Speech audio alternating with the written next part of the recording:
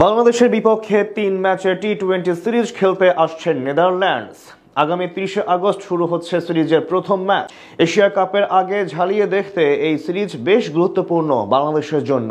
এদিকে টাইগারদের সাথে লড়াই করতে এর মাঝেই নিজেদের শক্তিশালী স্কোয়াড ঘোষণা করেছে ডাচরা। দলের মাঝে সবচেয়ে বড় চমক হচ্ছে ১৭ বছর বয়সী একজন খেলোয়াড় নিয়েছে তারা। তবে কেমন হয়েছে তাদের স্কোয়াড, তাই জানবো রিপোর্টে। সেপ্টেম্বরের ৯ তারিখে শুরু হতে যাচ্ছে এশিয়া কাপের আসর।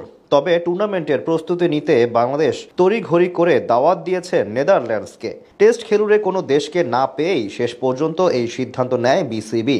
ভারতের সাথে সিরিজ হওয়ার কথা থাকলেও সেই সিরিজ বাতিল হয়ে যায়। তাদের বদলে এবার আসছে নেদারল্যান্ডস। আগামী ৩০ আগস্ট প্রথম টি-20 ম্যাচ খেলতে মাঠে নামবে দুই দল। ম্যাচটি অনুষ্ঠিত হবে সিলেট আন্তর্জাতিক স্টেডিয়ামে। সিরিজের পরের দুই ম্যাচ হবে ১ ও ৩ তারিখে। সবগুলো ম্যাচ অনুষ্ঠিত হবে একই ভেন্যুতে এবং প্রতিটি ম্যাচ হবে সন্ধ্যা ৬টায়। এদিকে বাংলাদেশের বিপক্ষে সিরিজ খেলার জন্য এর মাঝেই দল ঘোষণা করেছে নেদারল্যান্ডস। শক্তিশালী একটা দল ঘোষণা করেছে ডাচরা, যাতে হারানো যায় বাংলাদেশকে। মাত্র ১৭ বছর বয়সী ব্যাটার সেড্রিক ডি লং। মাত্র ৩ জন ক্রিকেটার যদি জ্বলে উঠতে পারে আসন্ন টি-20 এশিয়া কাপে, তাহলেই হবে বাজিমাত। এই ৩ ক্রিকেটারই বাংলাদেশকে জেতাতে পারে প্রথম শিরোপা। পরিসংখ্যান কিংবা সাম্প্রতিক ঘটনা বলছে তারা রান পেলে ম্যাচ জিতে যায় বাংলাদেশ, বিপরীতে খারাপ করলে পরাজিত হয় টিম টাইগার্স। বাংলাদেশের এশিয়া কাপ জয়ে ট্রাম্প কার্ড হতে যাওয়া সেই ৩ ক্রিকেটার সম্পর্কে বিস্তারিত জানবো রিপোর্ট।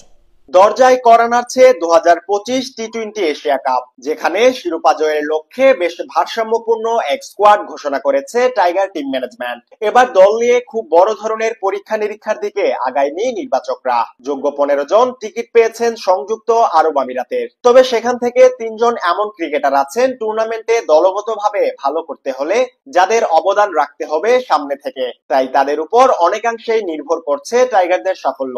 বাংলাদেশ ক্রিকেটে একটি বহুল চর্চিত প্রবাদ হলো, ওপেনাররা ভালো করলে পুরো দল ভালো করে, আর যেদিন দুই ওপেনার ব্যর্থ হয় সেদিনই ভরাডুবি হয় বাকি ৯ জনের। কথাটা অবশ্য একেবারে ফেলে দেওয়ার মতো না। পরিসংখ্যান ও বাস্তবতা বলছে সংক্ষিপ্ত ফরম্যাটে দলগতভাবে ভালো করতে চাইলে দুই ওপেনারকে রাখতে হবে মুখ্য ভূমিকা। এবার যদি সাম্প্রতিক পারফরমেন্সের দিকে চোখ বোলাই, সেখানে পরিষ্কার চলতি বছর টি-20 ফরম্যাটে যতগুলো ম্যাচে বাংলাদেশ জয় ছিনিয়ে এনেছে তার মধ্যে বেশিরভাগ ম্যাচে টপ অর্ডারের ৩ ব্যাটার ভালো খেলেছেন। পরিসংখ্যান বলছে চলতি